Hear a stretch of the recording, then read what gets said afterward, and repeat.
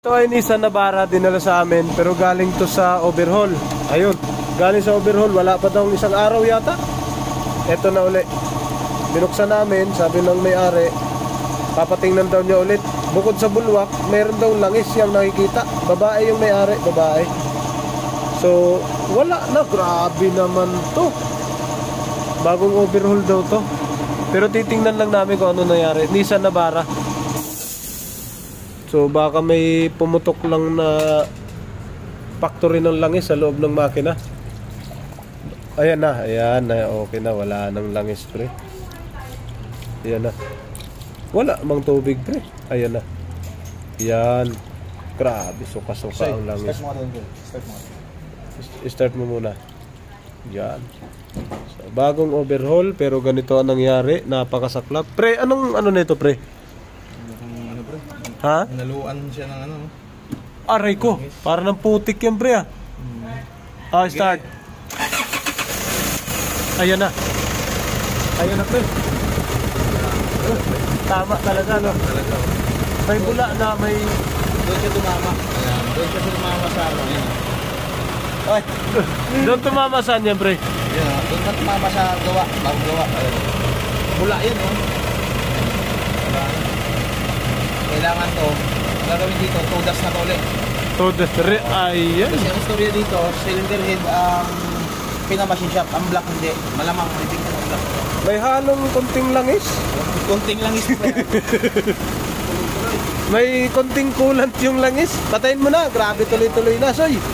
Patayin mo na, Soy, patayin mo na. Ano masabi mo pre? Ayan. Umpisa na natin. Sigurado baklas talaga yan. Dito yan sa Automatic Works. At ang gagawa, si Ariel Mechanic. Eto na. Yan, ito yung Nissan nga pala. Titingnan natin ang testing ng ng cooler. Ito po kasing cooler niya. Ito. Yan ang cooler niya. Yan. Tapos may tornilyo po yan sa housing. Dalawa. Yan. Tapos ito may hose yan. Yung dalawang hose na yan, pinatay natin. Para malaman natin na dyan talaga lumabas yung leak. Yung langis na galing talaga sa inlet, talagang malalaman natin ngayon yan kasi naka-condim yan, naka-condim yung hose. Sige, start.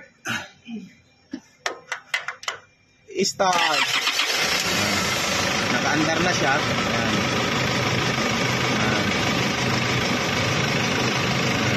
Titingnan natin kung lalabas yung langis. Revolution!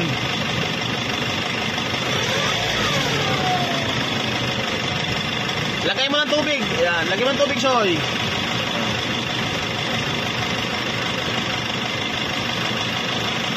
Ayan, sa madaling sabi, walang nalabas. Okay? Walang nalabas sa oil cooler. Ayan, walang nalabas sa oil cooler na langis. Mukhang negative na doon ang problema sa oil cooler. Okay, ayan. Pero antayin muna natin mga ilang minuto. Titingnan natin kasi baka mamaya pag medyo mainit lang siya. Pupunta natin yung yung radiator. Pupunta natin kasi doon kabula.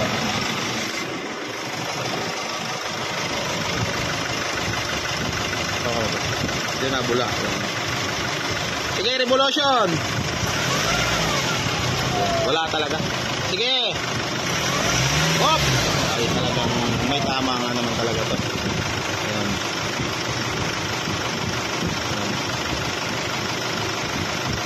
Ayan.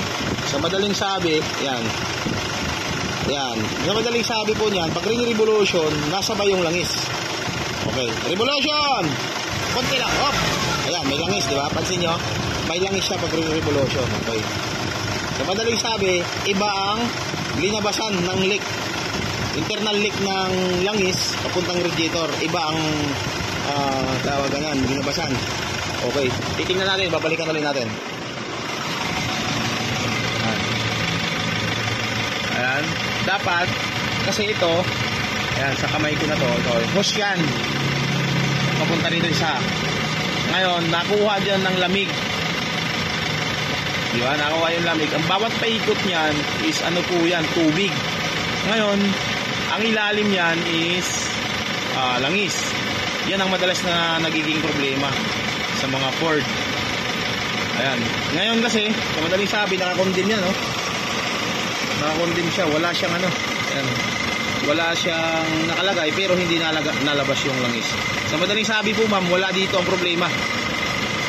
Mayroon talagang something to. Pero may ano pa, mayroon pang isa.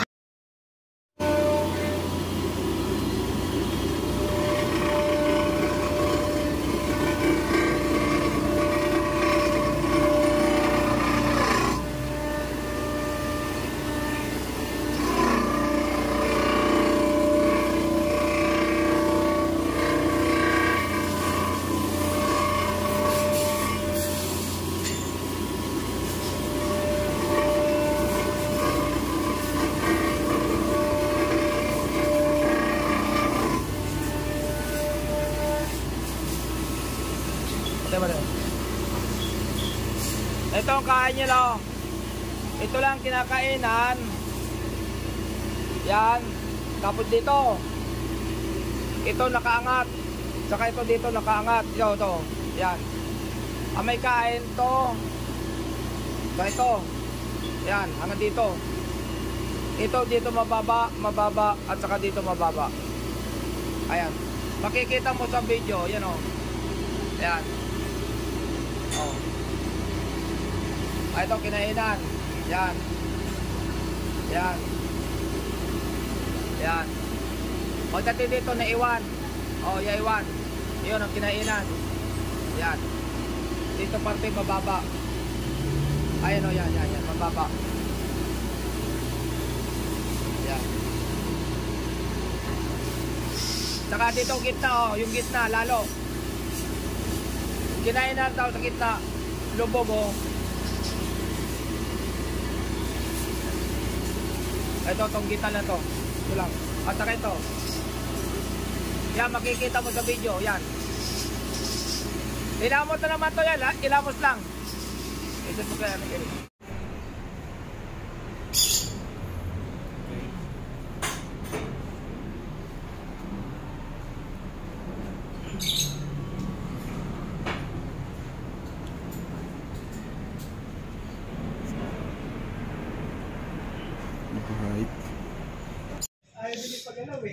Okay, Sek. Sige. Sige, start. Up.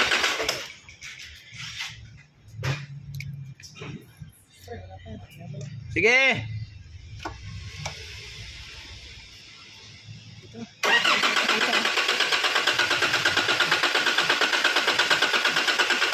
Up. Bakit? Tigas.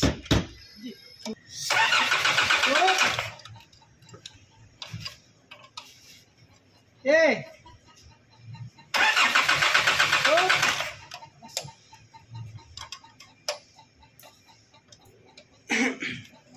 Okay. Alright. Iba talaga si pare talaga. Ayan, umaandar na. Ito yung Nissan na naghalo ang tubig at saka langis. Ngayon, lalagyan na natin. Ayan.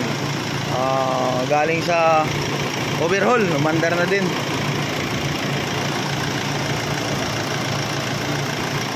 Tapos malalaman natin ngayon ito. Dahil ito dati simpleng minor lang, nakahalo na po yung langis. Yan, tubig lang muna tayo kasi kailangan natin malaman kung yung gawa natin is safety, kasi magdudubli gastos tayo kung ganoon pa rin. Ngayon nakikita natin kumbaga kaandar pa lang naman. Ayan mga boss, observation pa rin tayo dahil siyempre ilang minuto pa lang naman ang andar. Kaya ngayon dahil nga bagong andar lang siya mula doon sa karumal-dumal na nasinapit niya, tuloy-tuloy pa rin ang observation natin, monitoring pa rin tayo. Okay, naandar na siya. Titingnan natin kung magiging okay na ang lahat. Okay, pero ito pansin nyo, dati itim ito, ngayon pinatanso natin. Nang dahil sa pag-overheat kasi, pinakrak niya to. So, pinakrak niya. Okay. Right, ito ay Nissan Navara, yung dating pumalo yung langis dito sa radiator. Okay.